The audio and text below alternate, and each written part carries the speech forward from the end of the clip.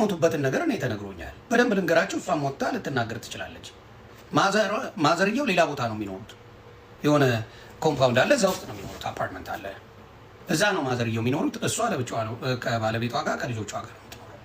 ማዘርዋ ጋር ትመጣለች ማታ ከመሸ 10 o'clock።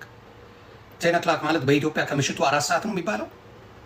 ከምሽቱ 4 ሰዓት ላይ ምግብ ይዛላት ምናምን ይመጡና ማዘር ለእሷ ሰጥተው ይሄዳሉ ወደ ቤታቸው። ወደ ቤታቸው ይሄዳሉ። ከዛ በኋላ ደግሞ ለጠዋት የሆነ ስራ ነበረባቸው ጠዋት ላይ። ከዛ ቅቤ ለማንጠር ስራቸውን ለመስራት አድርገው እየሰሩ መሽቷል። እናት ናቸው አያት ናቸው፣ ይመሽቷል። ቅቤ ለማንጠር ሲያደርጉ ደክሟቸው ኦል ደ ዌይ ሲሊንደሩን የዘጉ መስሏቸው ለካ አልተዘጋም፣ ሙሉ ለሙሉ አልተዘጋም። ሲደክሙ ሲለፉ ላባቸውን ጠፍ አድርገው የሚኖሩ እናት ናቸው። ያላረፉ እናት ናቸው። ያላረፉ አሜሪካ አምጥታችሁ እናቶቻችሁን ልጅ ጠባቂ የምታረጉ አሜሪካ አምጥታችሁ ደማቸውን የምትጠጡ ብዙ ሰዎች አላችሁ።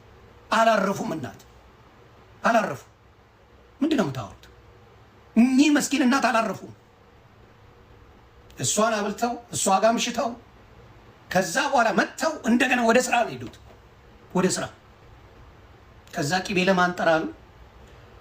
ሙሉ ለሙሉ እዚህ ሀገር ሲሊንደር የጋዝ ሲሊንደር አለ፣ ኤሌክትሪክ አለ። እኔ ያንን ስለማቅ ቤቴ ላይ የኤሌክትሪክ ነው ያለኝ። ስለዚህ ኦንም ማረከው አጠፋው ምንም ችግር የለውም እንትን ይላል። የእነሱ ግን እንደዛ አይደለም። እና ምን ሆነ? ሙሉ ለሙሉ ኦል ዘው ያልዘጉትም ማዘርዬ አላጠፉት። ሳያጠፉት ትንሽ ሆናላት ተኝተዋል፣ ደክሟቸው። እኚህ ምስኪን እናት ስራ ሰራው ብለው ደክመው ተኝተዋል።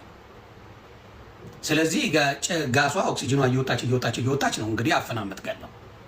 አፍናቸው ታፍነው በጭስ ታፍነው ነው እናታችን የሞቱት። ከዛ ጠዋት ቀጠሮ የነበራቸው ሰው ደውሎ ነው ለሷ ረሃና ማዘር እኮ ቀሩ በሰላም ነው ወይ ብሎ ነው የተጠየቀው። በሰላም ነው ወይ ቀሩ ወይ? ከዛ ስደውል አይነሳ። ከዛ ተደውሎ ሲጠየቅ ማዘርዬ ሄደዋል።